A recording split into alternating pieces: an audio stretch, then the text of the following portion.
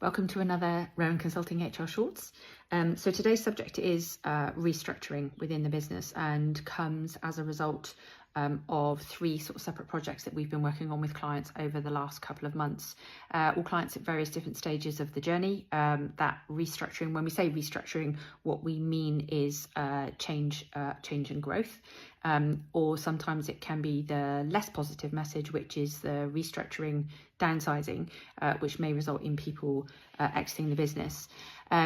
We have a separate HR shorts on redundancy, so I'm not going to cover that on here. What I want to be able to cover is that restructuring side. So for whatever reason, here are the three sort of like top tips that we would give you in terms of sort of considering restructuring. So number one, offer clarity. People by their nature are emotional and complicated and complex. They only become upset and emotional when their world or their structure is disrupted.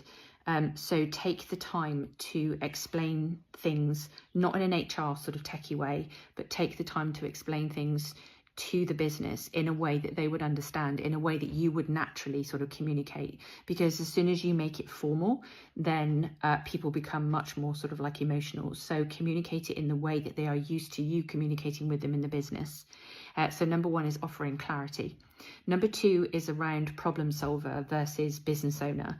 And I know I've said this before, but as a business owner, it's not your responsibility to fix everyone's problems as a result of what happens for change and growth within the business.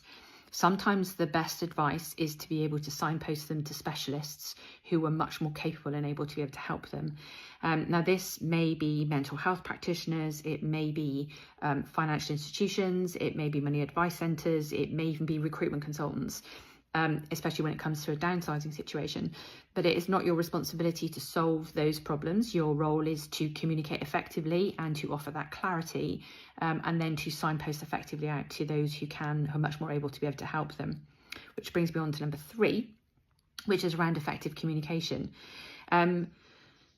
Communication sometimes gets pointed towards those that are immediately affected, but forgets about the wider sort of like workforce. So our advice is to ensure that, yes, the communication to those who are directly affected is important, but there is also a piece about communication about the wider sort of like business.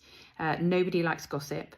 In order to head that off before it even happens is to ensure you have two lines of communication open, one for those who are immediately affected, and then the backup communication which goes out to the rest of the business to ensure everybody is getting the same message pretty much at the same time.